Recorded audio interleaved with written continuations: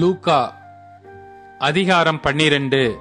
அத்தருணத்திலே அநேகமாயிரம் ஜனங்கள் ஒருவரை ஒருவர் மிதிக்கத்தக்கதாக கூடி வந்திருக்கையில் அவர் முதலாவது தம்முடைய சீஷரை நோக்கி, நீங்கள் மாயமாகிய பரிசேயருடைய புளித்த மாவை குறித்து எச்சரிக்கையாயிருங்கள்.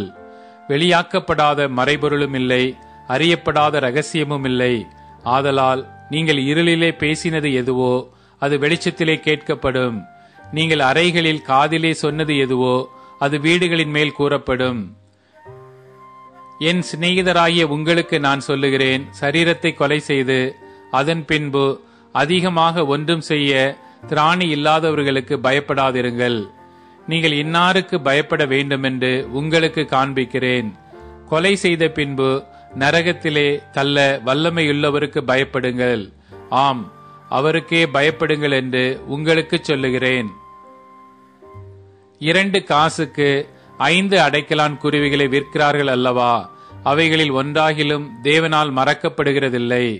உங்கள் தலையிலுள்ள மயிரெல்லாம் எண்ணப்பட்டிருக்கிறது.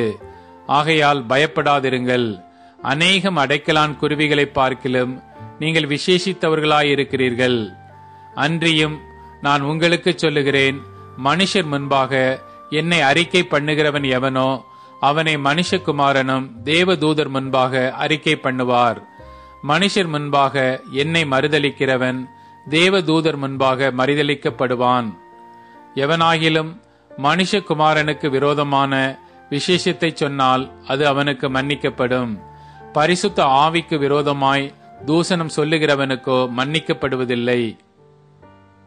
அன்றியும் ஜெப ஆலய தலைவர்களுக்கும் துரைத்தனத்தார்களுக்கும் அதிகாரமுள்ளவர்களுக்கு முன்பாக உங்களை கொண்டு போய் விடும்போது எப்படி எண்ணத்தை மாறுத்தரமாக சொல்லுவோம் என்றும் எதை பேசுவோம் என்றும் கவலைப்படாதிருங்கள். நீங்கள் பேச வேண்டியவர்களை பரிசுத்த ஆவியானவர் அந்நேரத்திலே உங்களுக்கு போதிப்பார் என்றார். அப்பொழுது ஜன கூட்டத்தில் ஒருவன் அவரை நோக்கி, போதகரே, ஆஸ்தியை பாகம் பிரித்து என் வீதத்தை எனக்கு தரும்படி என் சகோதரனுக்கு கட்டளையிட வேண்டும் என்று கேட்டுக்கொண்டான். அதற்கு அவர், மனுஷனே, என்னை உங்களுக்கு நியாயாதிபதியாகவும் பங்கிடுகிறவனாகவும் வைத்தவன் யார் என்றார். பின்பு அவர் அவர்களை நோக்கி, பொருள் ஆசையை குறித்து எச்சரிக்கையாயிருங்கள். ஏனெனில் ஒருவனுக்கு எவ்வளவு திரளான ஆஸ்தி இருந்தாலும் அது அவனுக்கு ஜீவன் அல்ல என்றார். அல்லாமலும் ஒரு உவமையை அவர்களுக்கு சொன்னார். ஐஸ்வர்யமுள்ள ஒருவனுடைய நிலம் நன்றாய் விளைந்தது. அப்பொழுது அவன், நான் என்ன செய்வேன்? என் தானியங்களை சேர்த்து வைக்கிறதற்கு இடமில்லையே. நான் ஒன்று செய்வேன், என் களஞ்சியங்களை இடித்து பெரிதாக கட்டி எனக்கு விளைந்த தானியத்தையும் என் பொருட்களையும் அங்கே சேர்த்து வைத்து, பின்பு ஆத்துமாவே, உனக்காக அநேக வருஷங்களுக்கு அநேகம் பொருட்கள் சேர்த்து வைக்கப்பட்டிருக்கிறது. நீ இளைப்பாரி புசித்து குடித்து பூரிப்பாயிரு என்று என் ஆத்துமாவோடே சொல்லுவேன் என்று தனக்குள்ளே சிந்தித்து சொல்லிக் கொண்டான். தேவனோ அவனை நோக்கி, மதிகேடனே, உன் ஆத்துமா உன்னிடத்திலிருந்து இந்த ராத்திரியிலே எடுத்துக் கொள்ளப்படும்.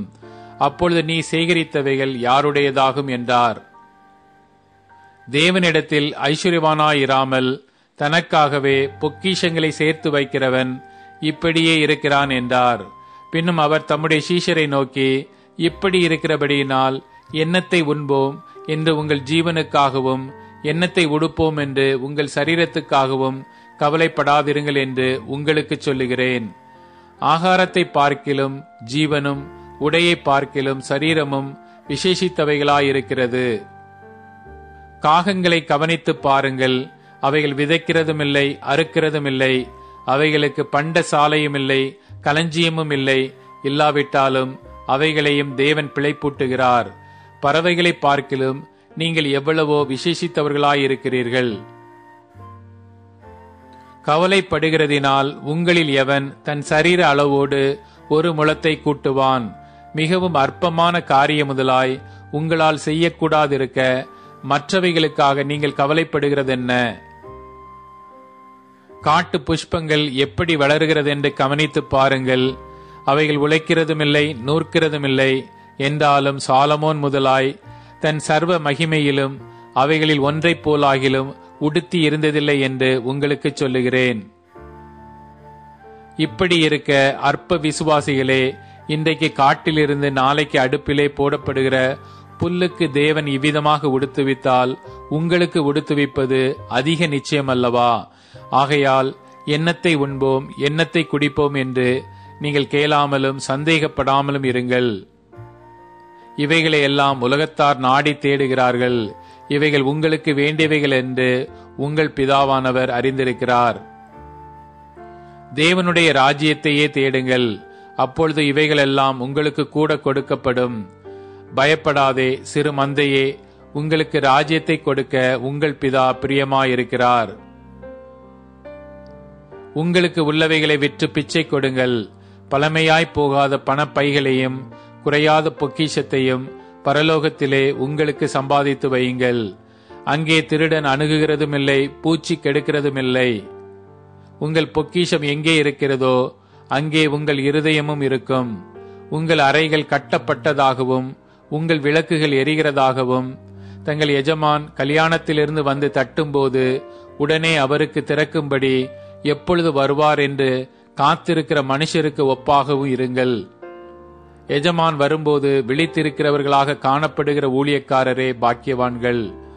அவர் அறை கட்டிக்கொண்டு அவர்களை பந்தி இருக்க செய்து சமீபமாய் வந்து அவர்களுக்கு ஊழியம் செய்வார் என்று மெய்யாகவே உங்களுக்கு சொல்லுகிறேன்.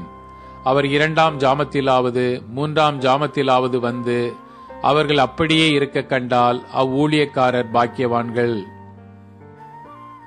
திருடன் இன்ன நேரத்தில் வருவான் என்று வீட்டெஜமானுக்கு தெரிந்திருந்தால் அவன் விழித்திருந்து தன் வீட்டை கன்னமிட ஒட்டான் என்று அறிந்திருக்கிறீர்கள். அந்தப்படியே நீங்கள் நினையாத நேரத்தில் மனுஷகுமாரன் வருவார்.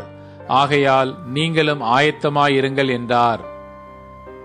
அப்பொழுது பேதுரு அவரை நோக்கி, ஆண்டவரே, இந்த உவமைகளை எங்களுக்கு மாத்திரம் சொல்லுகிறீரோ, எல்லாருக்கும் சொல்லுகிறீரா என்று கேட்டான்.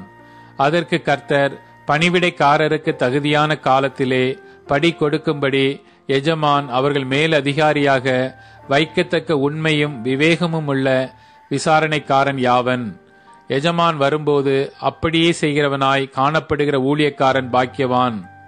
தனக்குள்ளதெல்லாவற்றின் மேலும் அவனை விசாரணைக்காரனாக வைப்பான் என்று மெய்யாகவே உங்களுக்கு சொல்லுகிறேன். அந்த ஊழியக்காரனோ என் எஜமான் வர நாள் செல்லும் என்று தனக்குள்ளே சொல்லிக்கொண்டு வேலைக்காரரையும் வேலைக்காரிகளையும் அடிக்கவும் புசித்து குடித்து வெறிக்கவும் தலைப்பட்டால் அவன் நினையாத நாளிலும் அறியாத நேரத்திலும் அந்த ஊழியக்காரனுடைய எஜமான் வந்து அவனை கடினமாய் தண்டித்து உண்மை இல்லாதவர்களோடே அவனுக்கு பங்கை நியமிப்பான். தன் எஜமானுடைய சித்தத்தை அறிந்தும் ஆயத்தமாயிராமலும் அவனுடைய சித்தத்தின்படி செய்யாமலும் இருந்த ஊழியக்காரன் அநேக அடிகள் அடிக்கப்படுவான். அறியாதவனாயிருந்து அடிகளுக்கு ஏதுவானவைகளை செய்தவனோ சில அடிகள் அடிக்கப்படுவான். எவனிடத்தில் அதிகம் கொடுக்கப்படுகிறதோ அவனிடத்தில் அதிகம் கேட்கப்படும். மனுஷர் எவனிடத்தில் அதிகமாய் ஒப்புவிக்கிறார்களோ அவனிடத்தில் அதிகமாய் கேட்பார்கள்.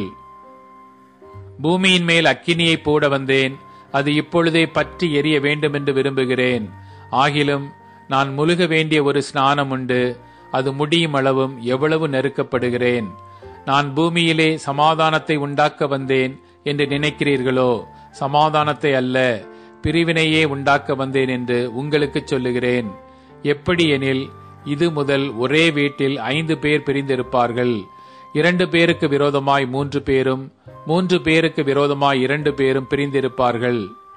தகப்பன் மகனுக்கும், மகன் தகப்பனுக்கும், தாய் மகளுக்கும், மகள் தாய்க்கும், மாமி மருமகளுக்கும், மருமகள் மாமிக்கும் விரோதமாய் பிரிந்திருப்பார்கள் என்றார்.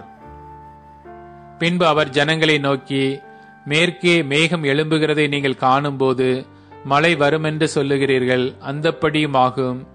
தென்றல் அடிக்கிறதை நீங்கள் காணும்போது உஷ்ணம் உண்டாகும் என்று சொல்லுகிறீர்கள், அந்தப்படியும் ஆகும். மாயக்காரரே, பூமியின் தோற்றத்தையும் வானத்தின் தோற்றத்தையும் நிதானிக்க உங்களுக்கு தெரியுமே, இந்த காலத்தையோ நிதானியாமற் போகிறதென்ன? நியாயம் இன்னதென்று நீங்களே தீர்மானியாமல் இருக்கிறதென்ன? உனக்கு எதிராளியானவன் உன்னை அதிகாரியினிடத்திற்கு கொண்டு போகிற போது வழியிலே தானே அவனிடத்திலிருந்து விடுதலையாகும்படி பிரயாசப்படு, இல்லாவிட்டால் அவன் உன்னை நியாயாதிபதிக்கு முன்பாக கொண்டு போவான். நியாயாதிபதி உன்னை சேவகனிடத்தில் ஒப்புக் கொடுப்பான். சேவகன் உன்னை சிறைச்சாலையில் போடுவான். நீ கடைசி காசை கொடுத்து தீர்க்கு மட்டும் அவ்விடத்திலிருந்து புறப்பட மாட்டாய் என்று உனக்கு சொல்லுகிறேன் என்றார்.